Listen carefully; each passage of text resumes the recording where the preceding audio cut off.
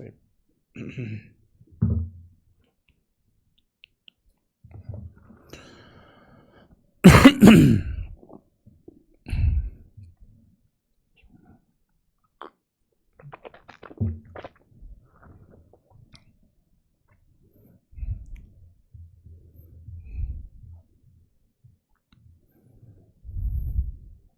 Sudah? Bismillahirrahmanirrahim. Assalamualaikum warahmatullahi wabarakatuh. Alhamdulillahi hamdan katsiran tayyiban mubarakan fihi kama yuhibbu rabbuna wa yardah. Asyhadu an la ilaha illallah wahdahu la syarikalah wa asyhadu anna Muhammadan abduhu wa rasuluh. Allahumma shalli wa sallim wa barik ala nabiyyina Muhammadin wa ala alihi wa ashabihi wa man tabi'ahum bi ihsanin ila yaumiddin. Amma ba'du. Para pemirsa ANB Channel yang budiman dimanapun berada rahimani wa rahimakumullah. Alhamdulillah kembali kita pada kesempatan malam yang bahagia di hari ini bisa berkumpul di ANB Channel ini. Insyaallah kita akan kembali melanjutkan pembahasan kita dari pembahasan syarah Fadlul Islam, keutamaan Islam. Dan kita masih pada bab ad-dukhul fil Islam. Ini wajibnya seseorang untuk untuk masuk ke dalam Islam. Dan ini merupakan di antara tulisan-tulisan Syekh Muhammad bin Abdul Wahhab rahimahullahu taala yang kebanyakan kita mengetahui di antara tulisan beliau adalah tulisan-tulisan seputar akidah, seputar pokok-pokok dan prinsip-prinsip agama. Dan ini sangat penting karena dari akidah yang lurus, dari akidah yang kokoh, lahirlah amaliyah yang baik, lahirlah akhlak yang baik, lahirlah lisan yang baik. Ketika akidah rusak, ketika akidah sesat, ketika akidah seseorang tidak benar, maka lahir pula amaliyah-amaliyah yang tidak benar, lahir pula kesesatan-kesesatan dan penyimpangan, lahir pula berbagai macam keburukan dari seseorang. Maka perkara akidah jangan kita anggap sepele, perkara akidah jangan kita anggap remeh, dia perkara yang penting, perkara pondasi bagi seorang mukmin untuk kehidupannya, untuk kebaikannya di dunia maupun di akhirat. Kita akan melanjutkan kembali insyaallah apa yang beliau sampaikan dari bab ini, ad-dukhul fil Islam, tentang masuk Islam, wajibnya seseorang untuk masuk ke dalam Islam, yang itu merupakan kunci kebahagiaan dia di dunia maupun di akhirat. Islam mengajarkan kebaikan, semua kebaikan dalam urusan dunia dan tentunya di akhirat nanti akan meraih hasilnya. Semua kebaikan dalam akidah, dalam ibadah, dalam berakhlak dan bermuamalah.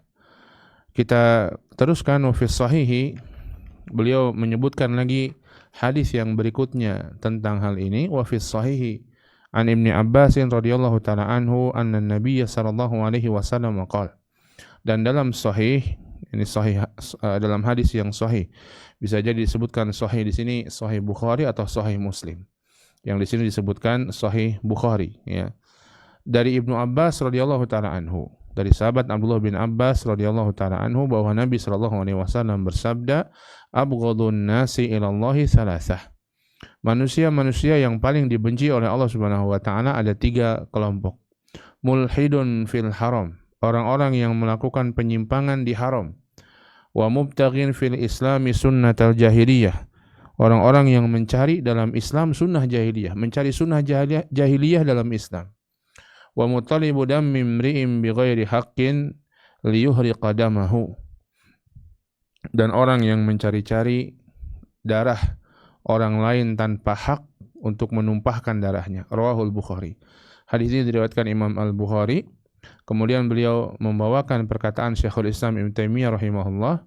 Kata beliau, qala Ibnu Taimiyah rahimahullah mengatakan, sunnatu qauluhu sunnatal jahiliyah, sunnah jahiliyah, sabda Nabi sallallahu alaihi wasallam sunnah jahiliyah di hadis yang sebelumnya, yang dari fiha qulu jahiliyatin mutlaqatin au muqayyadatin. Terkandung di dalamnya semua jahiliyah yang mutlaqah atau muqayyadah, yang mutlak atau yang terikat, ada syarat dan ketentuannya. Ai fi syakhsin duna syakhsin, yaitu dalam bentuk terjadi jahiliyah itu pada seseorang dan tidak pada orang lain. Kitabiyatin aw wathaniyatin, baik itu jahiliyah yang diwariskan dari ahlul kitab atau orang-orang musyrik atau selain keduanya. Min kulli mukhalifin lima jaa bihil mursalun, dari orang-orang yang menentang apa yang datang dari para rasul. Hadirin yang dimuliakan Allah Subhanahu wa taala, beliau membawakan sebuah hadis yang sahih yang diriwayatkan Imam Bukhari dari sahabat Abdullah bin Abbas radhiyallahu taala anhuma. Beliau di antara sahabat yang banyak meriwayatkan hadis dari Nabi sallallahu alaihi wasallam. Dan beliau sebagaimana Abdullah bin Abbas, ini putranya Abbas radhiyallahu taala anhu. Abbas adalah pamannya Nabi sallallahu alaihi wasallam. Jadi beliau masih termasuk sepupunya Rasulullah sallallahu alaihi wasallam. Anna Nabi sallallahu alaihi wasallam qala, bahwa Nabi sallallahu alaihi wasallam bersabda, abghadun nasi ila Allahi thalatha. Manusia-manusia yang paling dimurkai oleh Allah ada 3 macam. Nabi menyebutkan di sini manusia-manusia yang dimurkai oleh Allah. Ini orang-orang yang Allah Subhanahu wa taala murka dengannya, tidak suka dengannya. Tentunya hal tersebut karena dosa-dosa dan kesalahan mereka. Karena keburukan-keburukan yang mereka lakukan. Allah tidak mungkin membenci seseorang, memurkai seseorang tanpa sebab, tidak. Allah memurkai seseorang karena dosa-dosanya. Dan disebutkan para ulama bahwa 3 di sini bukanlah pembatasan. Bukanlah artinya hanya 3 ini saja yang merupakan orang-orang yang dimurkai oleh Allah, tidak. Tapi diantaranya adalah 3 orang ini. Demikian pula ini menunjukkan 3 perkara yang dijelaskan Nabi SAW pada hadis ini merupakan sebuah dosa besar. Karena 3 perkara itu perkara yang dibenci, pelakunya dibenci oleh Allah Subhanahu wa taala. Artinya ini dosa besar, bukan sekedar dosa kecil. Yang tentunya haram hukumnya melakukan hal ini sebagaimana dia berbahaya bagi seseorang. Kalau Allah Subhanahu wa taala membenci, padahal Allah Subhanahu wa taala Ar-Rahman, Maha Penyayang, maka bagaimana dia bisa selamat? Demikian pula abghadun nas, manusia yang dibenci oleh Allah. Ini menunjukkan bahwa Allah Subhanahu wa taala memiliki sifat al-bughdhu. Ini sifat benci. Allah punya sifat membenci. Allah membenci siapa yang dia kehendaki.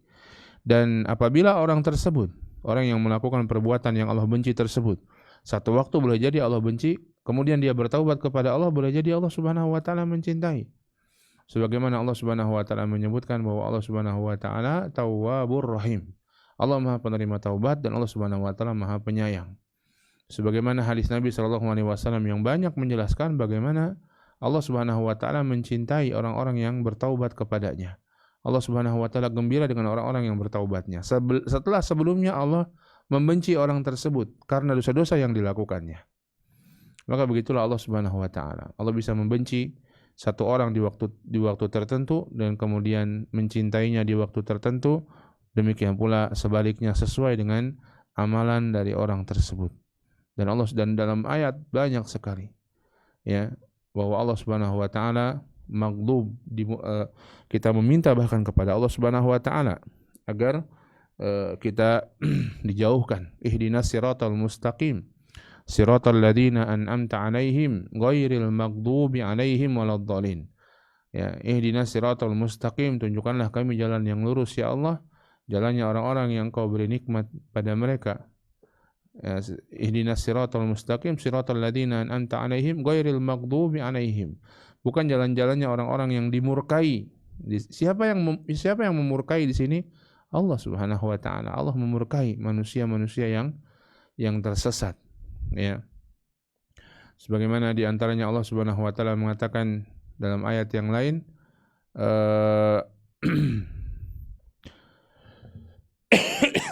kaburat Allah Subhanahu wa taala mengatakan tentang orang-orang yang mengatakan apa yang tidak dia lakukan, ya. Lima taquluna ma la taf'alun, kaburat maqtan indallahi an taqulu ma la taf'alun. Kabura maqtan indallah, sangat besar kemurkaan di sisi Allah Subhanahu wa taala ketika kalian mengatakan sesuatu yang tidak kalian kerjakan. Allah memurkai orang-orang yang seperti itu. Ini hadis ini pun demikian. Abghadun nasi ilallah, orang-orang yang paling dimurkai di sisi Allah Subhanahu wa taala. Salasah, ada 3 perkaranya. Siapa mereka? Disebutkan Nabi SAW yang pertama mulhid fil haram. Orang-orang yang melakukan penyimpangan, orang-orang yang melakukan keburukan di al-haram, di haram, ya. Al-haram yang dimaksud di sini adalah haram Makki dan haram Madani. Ini haram di Mekah dan haram di Madinah. Al-Haram disebut Al-Haram karena Al-Haram artinya yang dimuliakan. Ya, disebut demikian karena tanah tersebut dimuliakan. Dan tanah haram tersebut memiliki keutamaan dan kekhususan dibandingkan dengan tempat-tempat yang lainnya. Kita tahu di tanah-tanah haram tersebut tidak boleh dilakukan keburukan-keburukan. Sebagaimana tidak boleh diburu di tanah haram Mekah, tidak boleh diburu. Sebagaimana juga di tanah haram tersebut, di tanah haram Mekah wabil khusus, orang-orang jahiliyah pada masa lalu mereka betul-betul menghormati. Tidak boleh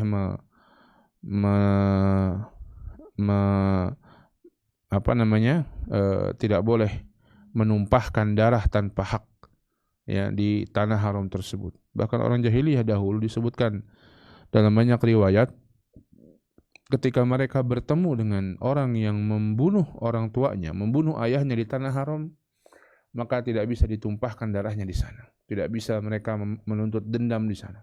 Yang kalau di luar, orang tersebut tentu tidak akan merasa aman. Tapi ketika masuk haram, orang tersebut merasa aman karena tidak boleh tertumpah darah di sana. Orang-orang jahiliyah menjaga keharaman tanah haram. Dan itu merupakan bagian dari syariat agama kita, namun tentunya syariat kita menunjukkan ke jalan yang lebih benar. Dan tanah haram, tanah yang suci, kita sering sebut sebagai tanah suci atau kota suci. Ada hukum-hukum khusus di dalamnya, termasuk di antaranya hadis ini, mulhid fil haram. Di antara yang dibenci Allah, orang yang melakukan penyimpangan di haram, di tanah haram. Sebenarnya penyimpangan dimanapun, di tempat manapun tidak diperbolehkan. Tapi mengapa penyimpangan di tanah haram lebih besar? Karena tempatnya lebih mulia. Ya, Allah Subhanahu wa taala memuliakan, dan melakukan keburukan di tanah tersebut menjadi lebih buruk daripada dilakukan di tempat-tempat yang lainnya. Walaupun para ulama berbeda pendapat apakah perbuatan-perbuatan keburukan yang dilakukan di tanah haram itu dilipat gandakan pula dosa-dosanya, atau dosanya tidak dilipat gandakan tapi dibuat lebih berkualitas, katakanlah tidak dihukum dengan 2 kali pukulan, tapi 1 kali pukulan tapi lebih keras dibandingkan dengan apabila dia berbuat dosa di tempat yang lainnya. Para ulama berbeda pendapat tentang hal itu. Syekhul Islam Ibnu Taimiyah mengatakan yaitu dikeraskan, ya, siksaannya dikeraskan walaupun dengan jenis siksaan yang sama. Bukan ditambahkan tapi dikeraskan siksaannya bagi orang-orang yang berbuat keburukan di haram. Mulhidun fil haram, orang yang mulhid di haram. Apa yang dimaksud mulhid di sini? Para ulama berbeda pendapat. Ada yang mengatakan dia adalah kesyirikan, sehingga berbuat kesyirikan di tanah haram. Dan ini la syak, tidak diragukan lagi bahwa ini adalah perkara yang luar biasa buruknya. Berbuat kesyirikan di tanah haram, di tanah yang seharusnya disucikan, di tanah yang seharusnya, di tempat yang seharusnya Allah Subhanahu wa taala disucikan, diibadahi, diagungkan. Namun seseorang malah berbuat kesyirikan di tanah haram. Waliyadzubillah. Dan terkadang hatta pada zaman sekarang ini banyak dilakukan perbuatan-perbuatan tersebut. Sebagian orang berdoa kepada selain Allah Subhanahu wa taala ketika mereka menunaikan ibadah umrah ataupun haji, ya, karena kebodohan mereka. Sebagian orang melakukan perbuatan-perbuatan kesyirikan, berdoa misalnya kepada Nabi Muhammad SAW. Ini tidak diperbolehkan. Ya. Ada juga yang mengatakan al-qatlu, mulhid fil haram, ini al-qatlu, pembunuhan di tanah haram. Ini sebenarnya tidak dilakukan lagi, juga merupakan perkara yang diharamkan. Pembunuhan dimanapun tidak diperbolehkan. Pembunuhan tanpa hak tidak diperbolehkan. Namun pembunuhan yang dilakukan di tanah haram itu lebih besar dosanya dibandingkan dengan yang lainnya.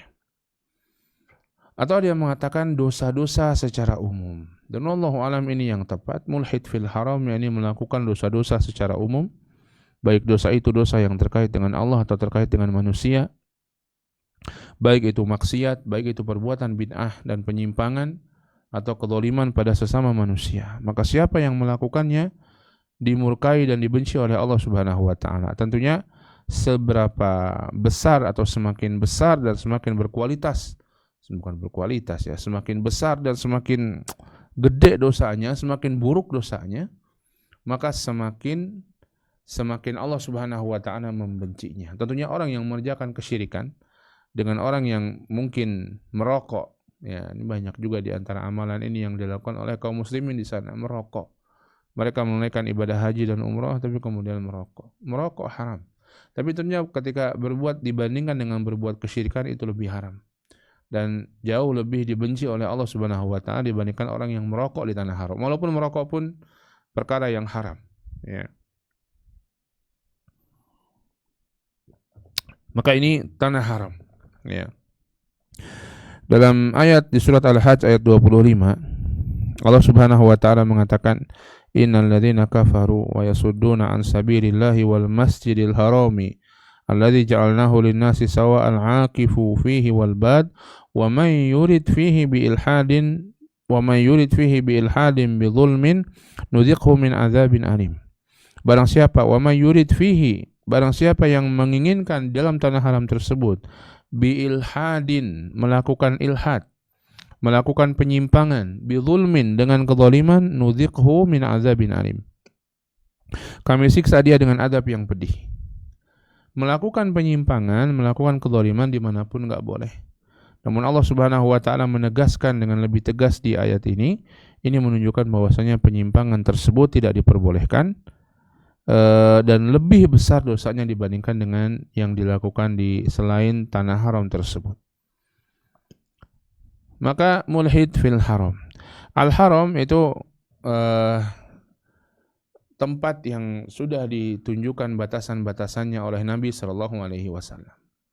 Adapun sekarang kota Mekah secara administratif itu tidak semuanya tanah haram. Hanya sebagian saja dari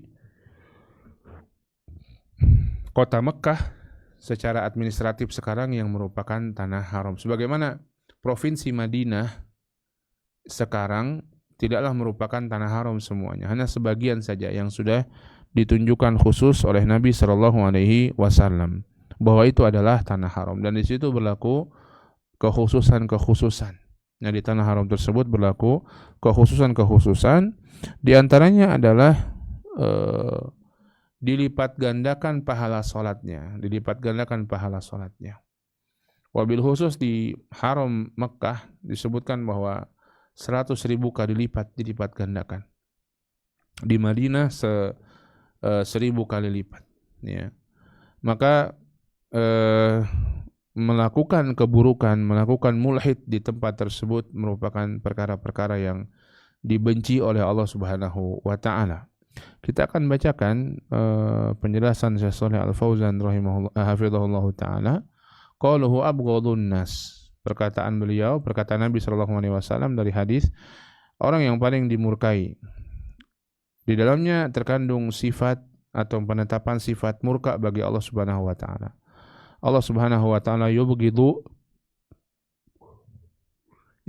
ahla syarr wa ahlal kufr. Allah Subhanahu wa taala membenci orang-orang yang berbuat keburukan dan orang-orang yang berbuat kekufuran. Wa yuhibbu ahlal khair wa ahlal iman. Dan sebaliknya Allah juga mencintai orang-orang yang berbuat kebaikan dan orang-orang yang beriman.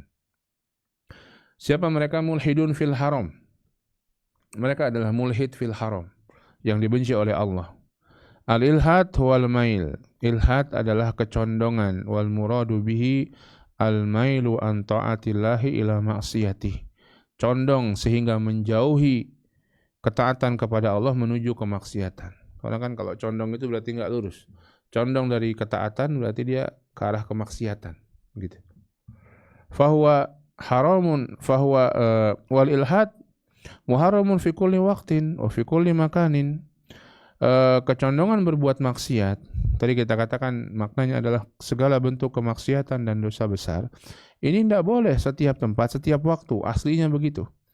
Lakin al-ilhada fil harami asyaddu fahuwa haramullah alladhi amarallahu ayyuhtaram.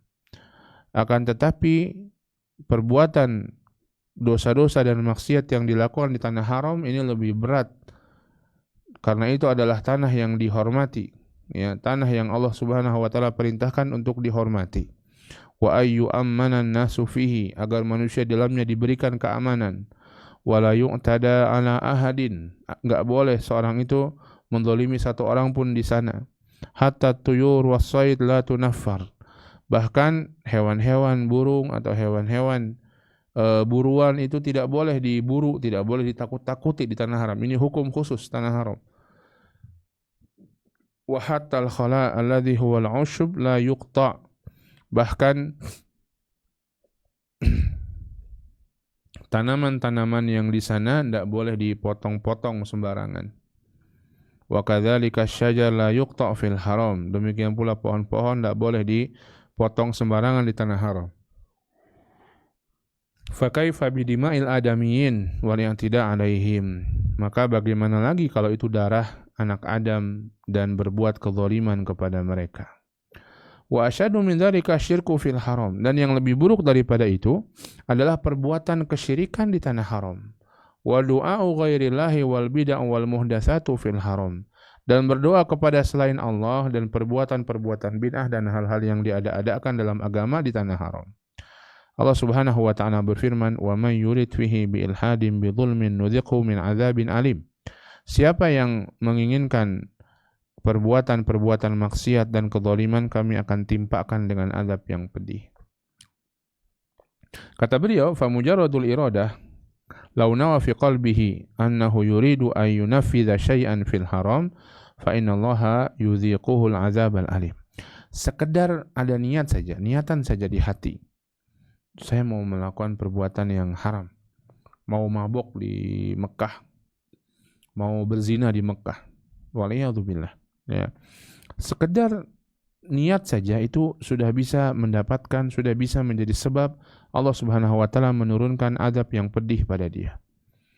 Bagaimana kalau seseorang itu kemudian juga sampai merealisasikan niat buruk tersebut? Waliyadzubillah. Sampai dia mabuk di tanah haram. Sampai dia berbuat kezaliman, menipu orang lain di tanah haram. Sampai dia berzina di tanah haram. Fal amru asyad. Maka urusannya lebih berat lagi. Waliyadzubillah. Ya, semoga Allah Subhanahu wa taala melindungi kita dari perbuatan tersebut. Dan bahkan di hadis ini disebutkan abghadun nas, manusia-manusia yang dimurkai, di antara manusia-manusia yang dimurkai oleh Allah Subhanahu wa taala. Kemudian yang kedua, kata Nabi sallallahu alaihi wasallam, wa mubtaghin fil islami sunnatal jahiliyah. Dan orang-orang yang mencari dalam Islam sunnah jahiliyah. Dia mencari sunnah jahiliyah, dan ini disebutkan para ulama, inilah poinnya.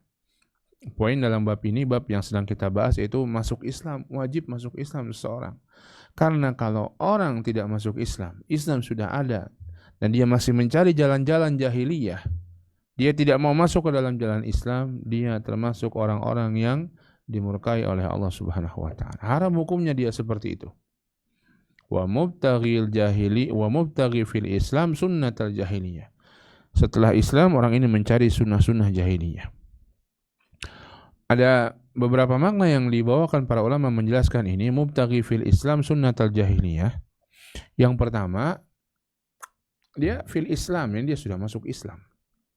Ya, kemudian dia masih mengamalkan amalan-amalan jahiliyah.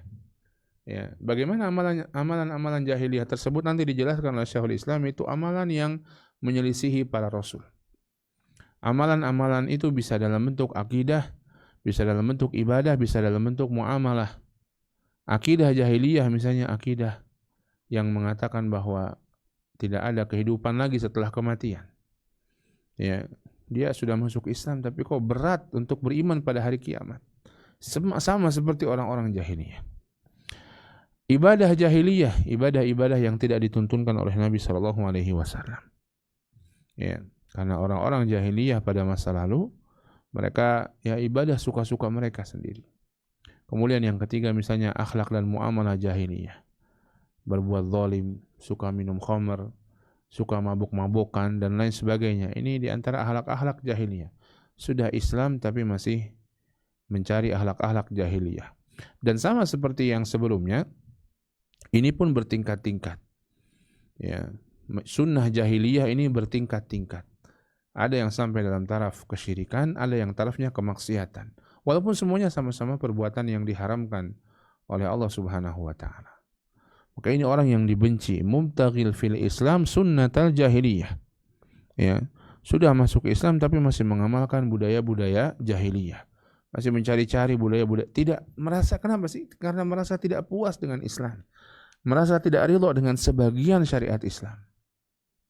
Kok di Islam gak boleh mabuk-mabukan sih? Padahal kan ini budaya kita, budaya bangsa, budaya sebagian orang seperti itu. Kok di Islam gak boleh riba sih? Padahal ini kan bisa mendatangkan keuntungan yang banyak. Ini kan transaksi yang saling ridho satu dengan yang lainnya. Mubtaghi fil Islam. Dia mencari dalam Islam sunnah jahiliyah wal iyadzubillah. Dia tidak puas, dia tidak ridho dengan Allah Subhanahu wa taala sebagai Rabb yang mengatur dia dalam urusan syariat. Padahal kita disunahkan untuk mengatakan raditu billahi rabba wa bil islami dina wa bi Muhammadin sallallahu alaihi wasallam nabiyya. Aku ridho Allah sebagai Rabbku, Islam sebagai agamaku, dan Nabi Muhammad sallallahu alaihi wasallam sebagai nabiku. Ridho dengan Allah sebagai Rabb, di antaranya ridho dengan aturan Allah Subhanahu wa taala. Ridho Islam sebagai agama, di antaranya dengan ridho dengan aturan Islam semuanya, halal haramnya. Ridho dengan Nabi Muhammad sebagai nabi, ridho bahwa beliau memerintahkan kita ikuti, beliau melarang kita jauhi. Maka itulah seorang muslim seharusnya. Tapi orang ini mubtaghi, dia masih nyari. Ini yang pertama. Setelah dia menyatakan keislamannya, tapi dia masih mencari budaya-budaya jahiliyah. Atau maknanya yang kedua, sebagaimana mengatakan ini fil Islam setelah nampaknya Islam. Dia nggak mau masuk Islam. Ya. Dia akan mencari jalan-jalan selain Islam. Yang itu semuanya jalan-jalan jahiliyah. Ya. Maka inilah orang-orang yang mencari jalan-jalan jahiliyah. Dan jahiliyah disebut jahiliyah, al-jahil ini dari kebodohan. Karena amalan-amalan yang dilakukan oleh orang-orang jahiliyah itu tidak berdasarkan ilmu, namun berdasarkan kebodohan. Akidah mereka dibangun berdasarkan kebodohan, reka-rekaan mereka sendiri. Ya, ibadah mereka dibangun berdasarkan kebodohan, sehingga akhirnya mereka tawaf dalam keadaan telanjang. Tawafnya orang-orang musyrik pada masa lalu. Ya. Kemudian akhlak dan muamalah mereka dibangun berdasarkan kebodohan, sehingga mereka tidak memperdulikan apakah mereka berbuat zalim sama orang lain atau tidak, merugikan orang lain atau tidak. Mereka tidak memperdulikan itu. Yang penting untuk dirinya untung, orang lain mau rugi, mau mati, mau terzalimi, nggak ada urusan sama saya. Subhanallah. Ya, sehingga yang kuat dialah yang menang. Maka itulah jahiliyah, sunnatul jahiliyah, sunnah jahiliyah yang tidak boleh bagi seorang muslim untuk mengikutinya. Jahil karena kebodohan. Seorang muslim ketika datang Al-Quran, ketika datang wahyu dari Allah Subhanahu wa taala, itulah ilmu. Ketika datang syariat agamanya, petunjuk nabinya sallallahu alaihi wasallam, itulah ilmu. Itulah cahaya. Allahu waliyul ladzina amanu yukhrijuhum minadh-dhulumati ilan nur. Allah adalah walinya orang-orang beriman, penolong orang-orang yang beriman. Yukhrijuhum minadh-dhulumati ilan nur. Allah mengeluarkan mereka dari kegelapan menuju cahaya. Maka ketika seorang tidak ridha dengan aturan Allah Subhanahu wa taala, maka dia pasti akan mencemplungkan dirinya kepada sunnah jahiliyah. Tidak ridha dengan sunnah Rasulullah, ya, dengan sunnah jahiliyah. Kemudian yang ketiga, orang yang disebutkan di sini adalah muttalibu dammi imri'in bighairi haqqin liyuhriqa damahu. Orang-orang yang mencari darah seseorang tanpa hak untuk bisa menumpahkan darahnya. Misalnya mungkin orang tersebut ingin balas dendam dengan orang itu, sampai ingin membunuhnya. Padahal orang itu tidak melakukan yang didendami itu tidak melakukan pembunuhan, hanya dendam saja karena lisan mungkin, karena perbuatan, tapi tidak sampai melakukan pembunuhan. Dia dendam sampai ingin membunuhnya. Dia mencari-cari cara bagaimana bisa membunuhnya tanpa hak. Maka ini diantara orang yang dibenci oleh Allah Subhanahu wa ta'ala. Kita akan bacakan penjelasan Syekh Shalih Fauzan hafizahullah ta'ala di sini. Wa mubtaghin fil Islam sunnatal jahiliyah. Hadza huwa mahallus syahid. Inilah yang menjadi poin dari hadis ini yang terkait dengan pembahasan kita, wajib masuk Islam.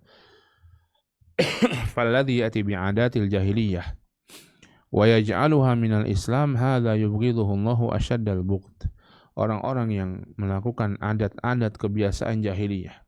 Dan mereka menganggapnya itu dari Islam. Ini tafsiran pertama. Dia sudah masuk Islam, tapi dia nggak puas. Dia nggak ridho. Dia pengen adat-adat jahiliyah. Dan bahkan dia sematkan bahwa itu dari Islam. Melakukan kesyirikan, melakukan kebid'ahan. Bahkan sebagiannya beribadah dengan melakukan kemaksiatan kepada Allah Subhanahu wa taala. Disematkan bahwa itu adalah bagian dari Islam. Padahal Islam berlepas diri dari bentuk-bentuk keburukan seperti itu. Apalagi yang merupakan kesyirikan kepada Allah Subhanahu wa taala. Maka ini dibenci, ya. Falladzi ya'ti bi'adatil jahiliyah wa yaj'aluha minal Islam. Dan dijadikan sebagai bagian dari Islam. Hala yubghiduhu Allahu asyaddal bughd. Inilah orang-orang yang dibenci oleh Allah Subhanahu wa taala dengan kebencian yang besar dari Allah Subhanahu wa taala. Wal muradu bil jahiliyah, yang dimaksud dengan jahiliyah kata Syekh Shalih Fauzan hafizahullah, ma qabla al-Islam, apa-apa yang sebelum Islam. Wa huwa zamanul fatrah minar rusul, yaitu zaman yang tidak adanya rasul. Summiya bil jahiliyah li'annahu laisa fihi kitabun wala rasul. Disebut jahiliyah karena tidak ada kitab dan tidak ada rasul, tidak ada ilmu yang datang kepada mereka sehingga mereka jahil, sehingga mereka bodoh, ya. Kemudian yang ketiga kata Nabi sallallahu alaihi wasallam, muttaribu dammi imri'in bighairi haqqin liyuhriqa damahu. Untuk yaitu orang-orang yang mencari darah seseorang dengan jalan yang tidak benar untuk menumpahkan darahnya. Hadhihi hiyal jarimah ats-tsalisah allati yubghidullahu ashabahu. Ini kriminal atau kejahatan yang ketiga yang dengannya Allah Subhanahu wa taala membenci pelakunya. Wa hiya jarimatul i'tida' 'alal abriya, yaitu perbuatan jahat melampaui batas, melakukan kezaliman kepada orang-orang yang tidak layak diperlakukan demikian. Alladzina ya'taduna 'alal abriya liyaqtuluhum. Orang-orang tersebut ingin dia bunuh karena satu dan lain hal. Padahal mereka adalah orang-orang yang bebas darah mereka, terjaga darah mereka dari kalangan kaum muslimin. Muslimin au muahidin minal ladzina asamallahu dima'ahu. Bahkan termasuk disebutkan oleh Syekh Shalih Fauzan muahid. Orang-orang kafir muahid yang Allah jaga darah mereka. Siapa yang menghendaki untuk membunuh orang-orang yang dijaga darahnya, yang diamankan darahnya oleh Islam, ya, melampaui batas, maka Allah Subhanahu wa taala membencinya dengan seburuk-buruk kebencian, sebesar-besar kebencian.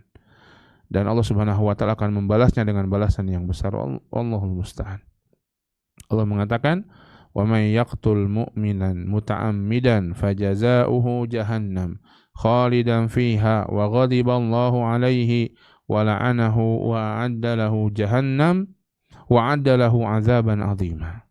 Wa may yaqtul mu'minan muta'ammidan. Siapa yang membunuh seorang mukmin dengan sengaja, dia enggak salah. Bukan hendak qisas, bukan karena yang lainnya, tidak ada haknya dia membunuh orang tersebut, sengaja dibunuh.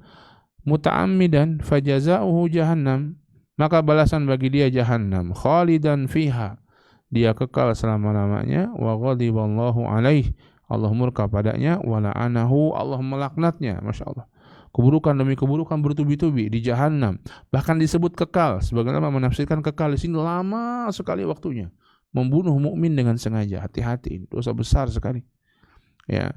Allah melaknatnya. Allah Subhanahu wa taala mempersiapkan bagi dia azab yang pedih. Waliyadzubillah, ya.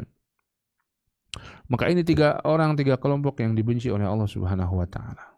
Qala Ibnu Taimiyah rahimahullah taala berkata, qauluhu sunnatul jahiliyah, sabda Nabi sallallahu alaihi wasallam, sunnatul jahiliyah. Sunnah itu artinya jalan, ya, jalan-jalan orang jahiliyah. Yandariju fiha kullu jahiliyatin mutlaqatin aw muqayyadah. Termasuk di dalamnya jahiliyah mutlaqah atau jahiliyah muqayyadah. Jahiliyah mutlaqah ini jahiliyah yang mutlak. Disebut ini jahiliyah. Dan ini sudah tidak ada dengan diutusnya Nabi Muhammad SAW.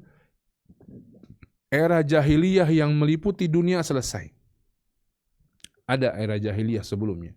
Ini jahiliyah mutlaqah. Era jahiliyah yang meliputi dunia sebelum diutusnya Nabi Muhammad SAW, di masa fatrah di mana jahiliyah berkembang. Karena tidak adanya ilmu, tidak adanya wahyu yang turun setelah Nabi Isa terakhir 600 tahun sebelum diutusnya Nabi Muhammad SAW, kosong. 600 tahun tanpa ilmu, tanpa wahyu. Ya, kalau tidak Allah jaga, ya repot. Ya, maka demikianlah tersebar jahiliyah. Maka hilang dengan diutusnya Nabi Muhammad SAW. Au muqayyadah, atau muqayyadah, jahiliyah yang muqayyad. Apa itu? Fi syakhsin duna syakhsin. Di orang lain bukan di orang tertentu. Ini mungkin, ya. Ada satu tempat di sana berkembang budaya jahiliyah, mungkin. Hanya tempat tapi tidak era. Tidak satu masa kaum muslimin semuanya jahiliyah, enggak ada. Ada ulama, ada orang-orang yang membela Islam, ada, ya. Tidak akan ada satu masa yang seperti itu kecuali nanti hari kiamat, nanti menjelang hari kiamat di mana semua orang-orang beriman diwafatkan oleh Allah Subhanahu wa taala. Tapi mungkin di tempat tertentu, di waktu tertentu berkembang budaya jahiliyah. Pada orang tertentu ada sifat-sifat jahiliyah pada orang tertentu. Dan ini disebutkan oleh Nabi SAW dalam sebuah hadis ketika ada seorang yang menghina orang lain di masa Nabi SAW karena orang yang dihina itu ibunya orang hitam. Ya, maka dia mengatakan, "Yabna sauda, wahai anak budak hitam." Ya. Faqala lahu yabna sauda, maka dia mengatakan, wahai anak budak hitam. Nabi SAW mengetahuinya dan menegur keras orang yang mengatakan hal ini. Kata Nabi SAW, ayyartahu bi ummihi, engkau menghina dia karena ibunya hitam, innaka mru'un fika jahiliyah, sesungguhnya dalam dirimu masih ada perkara jahiliyah.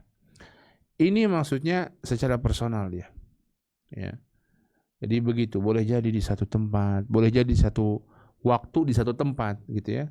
Boleh jadi pada satu seorang, boleh jadi pada satu budaya, boleh jadi pada satu masyarakat, boleh jadi pada satu komunitas.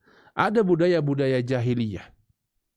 Ya, mungkin ada komunitas yang kalau dia ingin bertemu satu dengan yang lainnya atau ada pertemuan maka dia akan terlebih dahulu melakukan ritual-ritual tertentu.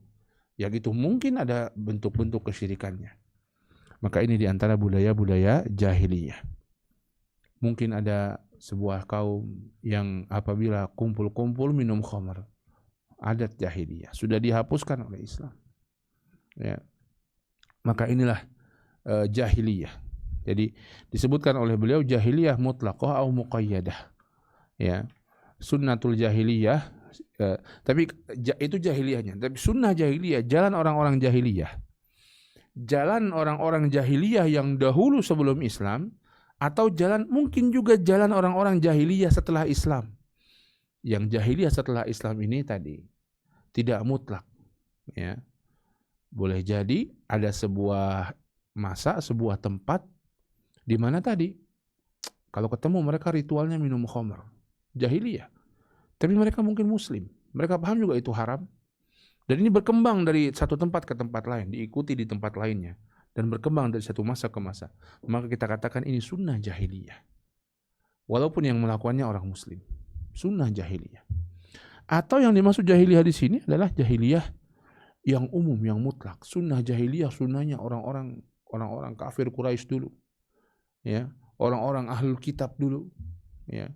Sunnahnya jahiliyah mereka sebelum Islam, kebawa-bawa sama sebagian dilakukan atau dilakukan kembali oleh sebagian kaum muslimin. Ini juga masuk dalamnya. Kitabiyatin aw wathaniyatin aw ghairihima. Kitabiyah yang dari kalangan ahlul kitab, aw wathaniyah, atau dari kalangan orang-orang musyrik atau yang lainnya. Dan enggak mesti jahiliyah ini musyrik Arab. Musyrik non-Arab juga demikian. Ya, musyrik non-Arab misalnya mereka menyembah, ada yang menyembah sapi, ada yang menyembah patung musyrik Arab juga gitu.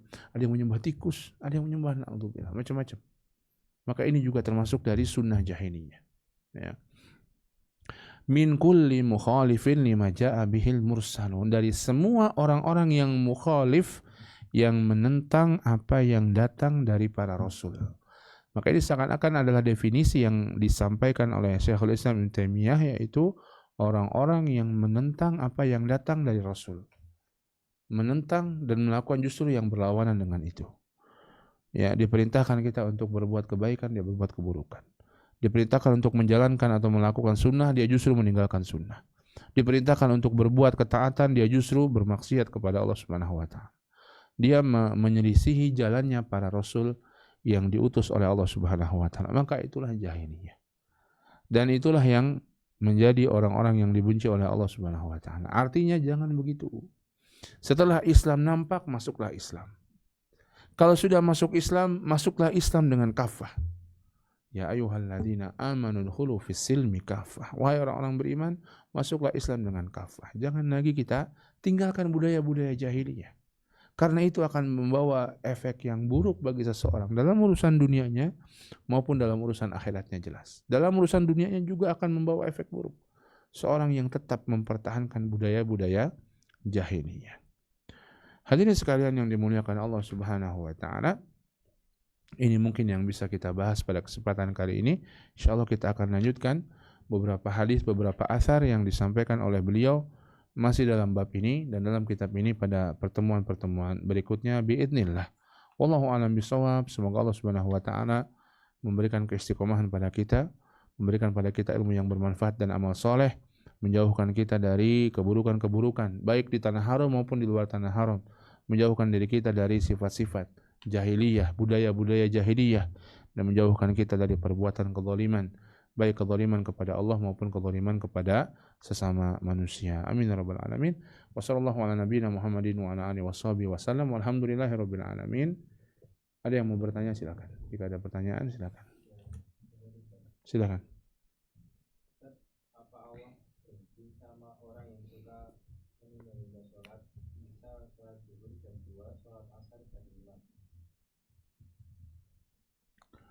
5? Kebencian Allah Subhanahu wa taala kepada orang-orang yang berbuat haram jelas, ya.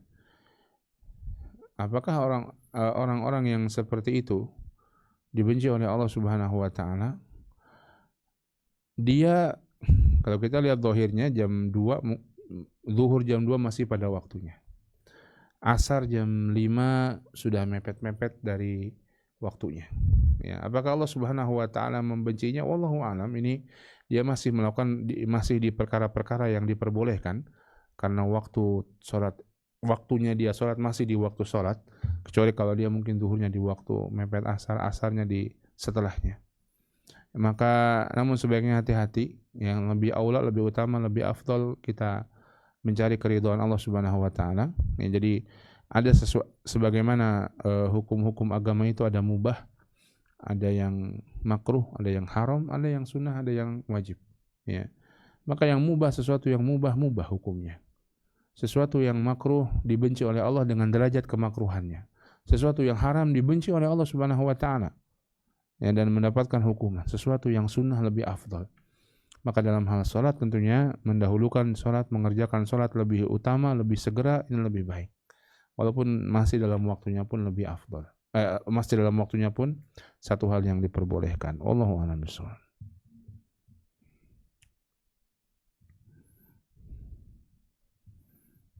Ada lagi? Baik, kita cukupkan insyaallah. Kita kita akhiri. Subhanakallahumma wa bihamdika asyhadu an la ilaha illa anta astaghfiruka wa atubu ilaik. Billahi taufiq wal hidayah. Assalamualaikum warahmatullahi wabarakatuh.